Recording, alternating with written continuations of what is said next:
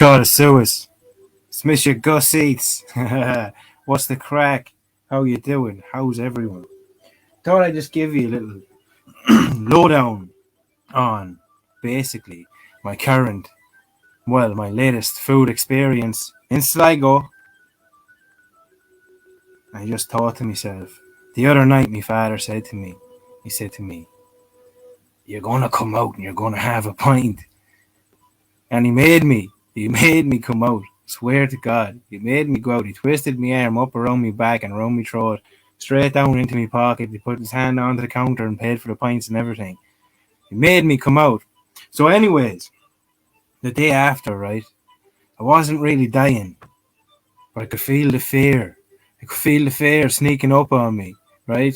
Could feel the fear sneaking up on me and putting the fear of God, baby Jesus, up my hole, right? So eventually I started to get the shakes. The shakes set in. I thought to myself, Jesus, I think I need a kebab. And whenever I have a drink, I always feel the need to have a kebab. And I used to be a fan of Zamzams. They used to do a great kebab. They used to. And I hired somebody else. And didn't go so well, in my opinion. The kebab wasn't done the way I like it. But these lads in Top Taste, I'm telling you, they do the best doner kebab in Sligo town. The best doner kebab. You ask for it a certain way, it comes a certain way. The way you want it, the way you like it. I love it, I'm telling you. The best doner kebab I've had on a repeat. Do you know what I mean? On the repeat process, it's the best. The absolute best I've had. You know what I mean? That's just my opinion. It's the best kebab. The way I ask for my kebab is simple. I like my meat well done. I ask for it crispy. I like extra garlic sauce and extra chili sauce. No veg. Sometimes I get the veg to the side. Simple. If the boys are listening, what's the crack, lads? Keep it up. Keep up the good work. I told you. I give you a golden review. That was a lovely kebab. It's the best kebab I've had on a repeat. The lads know how to do it. They do it the way I like it. It's the truth. It's the truth. You know what I mean? And I'm not only a chef, like I'm also one hungry person. And when I'm hungry, like sometimes I'm too hungry to feed myself, so I order, and I order just like anybody else. Especially when you're hungover, to be dying for the kebab. So the kebab comes, it's steaming hot. Oh man, it's scalding. You can't put it on your leg. That's how hot it is, and that's the way you fucking want it. To be honest, that's the way a SLIGO kebab should be. Well done, the lads in Top Taste. My opinion, the boys are killing it in kebab making skills. I seen the fella in there, the young fella that works in there. The young fella, he's about the same age as me, maybe. He's worked around. He's worked in a few of the fast food places, a few of the Asian places. And he must have picked up a few skills because he's fucking killing it. If it's him making the kebab, well done, man. Well done. Another place that I always, man, anytime I get food out of there, it's always the way I expect it to be, which is when you think about it, isn't that great? But it's great. Like it's what I wanted. You know what I mean? The Happy Eater, man, that place. When I am hungry, proper hungry, not hungover, not looking for a cure, not looking for anything. The Happy Eater, man. The fucking barbecue grilled steak burger, garlic nuggets, and some cheesy chips. Now oh man, the boys know how to make some serious cheesy chips, lads. Keep up the good work. They don't get enough clout. Do you know what I'm saying? Give the boys a shout out in the Happy Eater, Sligo, just down beside the bus station and the train station. And well-known SLIGO hotel. But yeah, and their curry chips apparently are amazing. I'm not into curry chips, but their smell of a curry is absolutely amazing. The happy eater, the boys are the bomb. When it comes down to it, lately, that's where I've eaten out of when I ordered, and I was happy, which is strange because I'm usually displeased, but these lads know what they're doing. But today, right, I decided I was going to go to the Four Lanterns and I was going to get myself a dinner box, right? Going to get myself a dinner box. And I couldn't believe the experience I was in for. I swear to God, it was unexpected. Experience goes like this. I said, "Can I have a dinner box?" The woman said, in, I think, a Donegal accent, "No, you can't. You can't have a dinner box because we've no chicken. We've no chicken."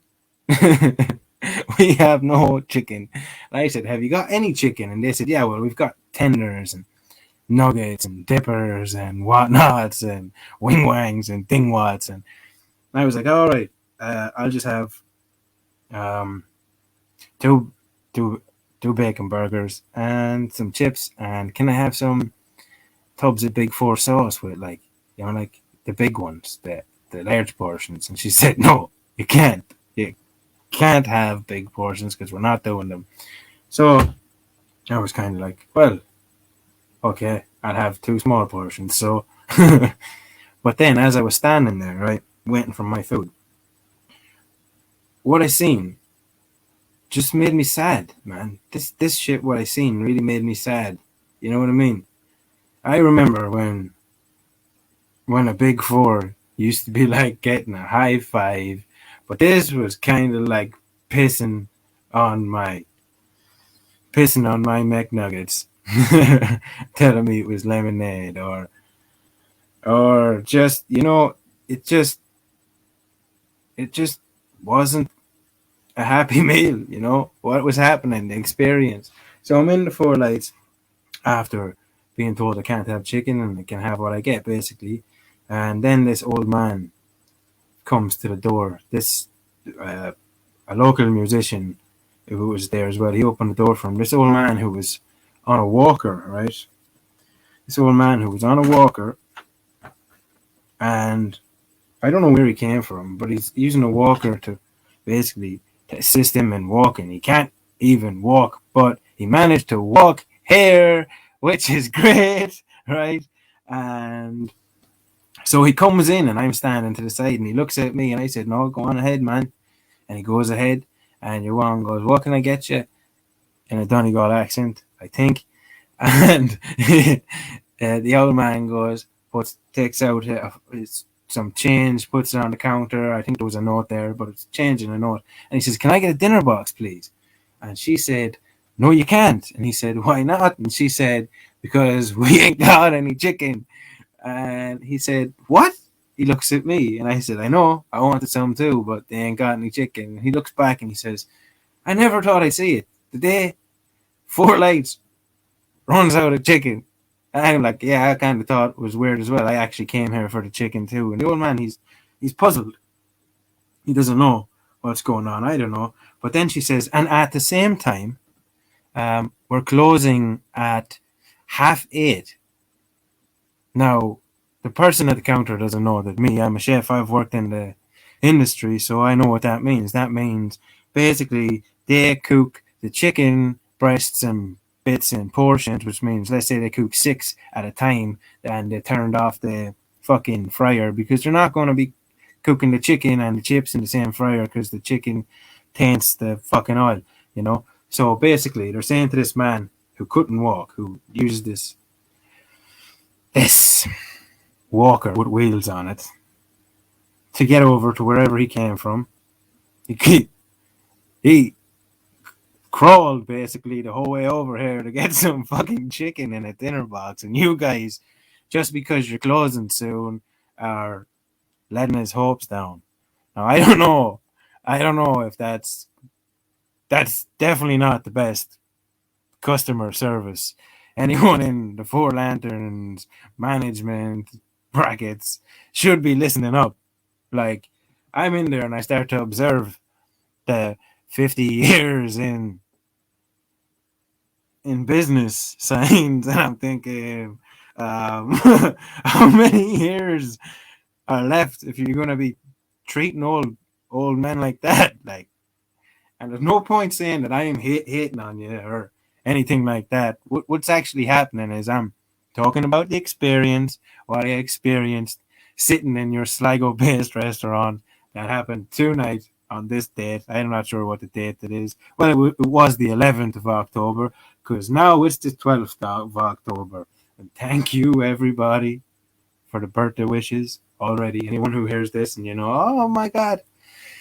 But like I'm saying, anybody in the Four Lanterns management or upper should be listening, because like I said, I'm sitting there and I don't mind myself being refused some chicken, but that was one person. And then this old man comes in on a walker, and he's got his mask on and he's on the walker. He gets to the counter and he wants a dinner box and he can't have it. And I think that's annoying. That's annoyed me. It's made me annoyed. I think you guys, like, if Four Lanterns was a person, I'd be kicking you in the balls, saying, "Give that old man some chicken, you fuckers." So I don't know. Take it as whatever you want, but take it as a complaint. Yeah, take it as a complaint, right? Because you guys, you want some local support, and I didn't see you supporting this local. In fact, you know what I mean? The guy, he came there just like me, asked for what we wanted, and you told us we can't have it. So basically, we should have went somewhere else, but because we were hungry, we went with what you had on offer. Now, as I said, that doesn't seem like good business practice, lads, to me. Do you know what I mean? Big A-stuck. Big A-stuck. Do you know what I mean? Listen up, boys. It's not cool. Think about it. Picture it in your head. Old man, another man actually holds the door open for him. He comes into the counter. He looks at me. He says, gestures like, "Can he go?" And I'm saying, "Yes, he can go." He gets up and no chicken for him. So I don't know where this man came from. It could have been 2 doors up. Could have been 12 doors up. It could have been a mile up. I don't know.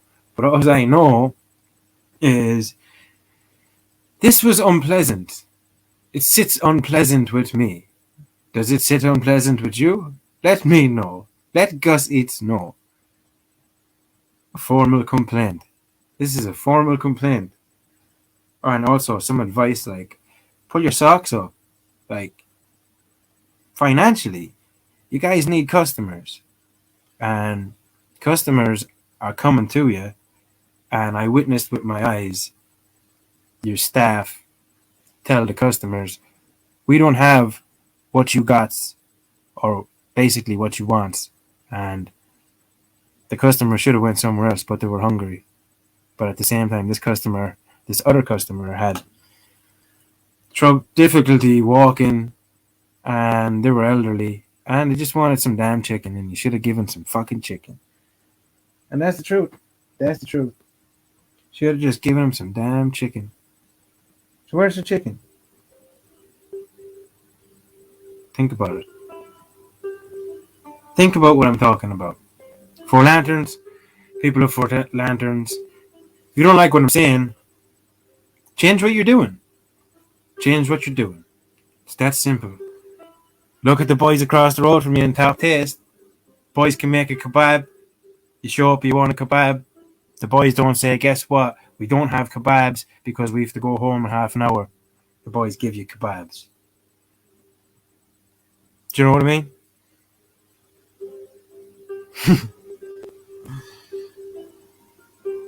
Food is supposed to be a happy experience. What do you do when so many meals end up not being a happy meal? Well, I got into cooking to help people, bring joy to people's lives through their bellies, give them food. make them happy in their heads, some relief. And so I decided I'm going to do this. I'm going to be GUSEATs, a true food review. We're going to start a SLIGO. Y'all seen me eat the shark, right? Right? Yeah, I ate a shark.